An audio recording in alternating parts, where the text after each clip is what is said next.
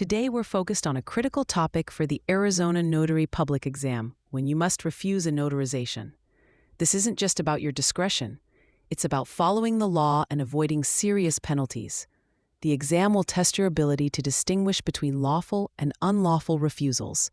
According to Arizona revised statutes, specifically A.R.S. 41-256, a notary may refuse to perform a notarial act if they are not satisfied that the signer is competent or has the capacity to execute the record, or if the signature is not knowingly and voluntarily made. This is a judgment call, but it must be based on observable facts, not personal bias. An exam question might describe a situation where a signer appears confused, disoriented, or under duress. In these cases, you must refuse the notarization.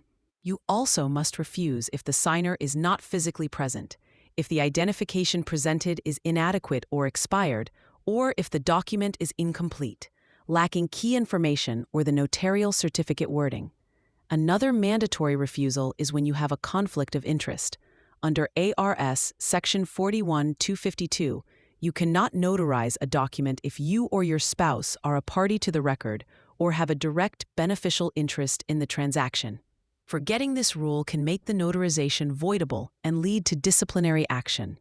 Now, let's discuss common exam traps. A frequent trick question involves a notary refusing service based on personal disagreement with the document's content, or because of the signer's race, religion, nationality, or sexual orientation. This is illegal. You cannot refuse service to a member of a protected class. Your role is to be an impartial witness to the signing, not to judge the document's content or the signer's background.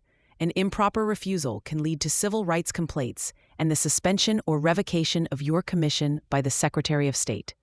Another trap is related to fees. While you can refuse service if the signer will not pay the fee you are legally allowed to charge, you cannot charge more than the maximum fees set by the Secretary of State. Overcharging is a specific ground for losing your commission. Every time you refuse a notarization, you must document it in your journal. The exam will expect you to know this. Your journal entry should detail the date, the signer's name, the type of notarization requested, and a clear, factual reason for the refusal. This record is your best defense if your decision is ever challenged. For a memorable way to recall the primary valid reasons to refuse, remember the phrase, "I can't notarize incomplete, unsure, or distant signers." This covers identity issues, capacity or willingness concerns, not being present, incomplete documents, and distant, meaning a conflict of interest. Mastering these rules is non-negotiable for passing the Arizona Notary exam and for a successful, error-free career. For free practice questions, AI-powered explanations, and more exam prep tools, visit openexamprep.com. That's openexamprep, all one word, .com.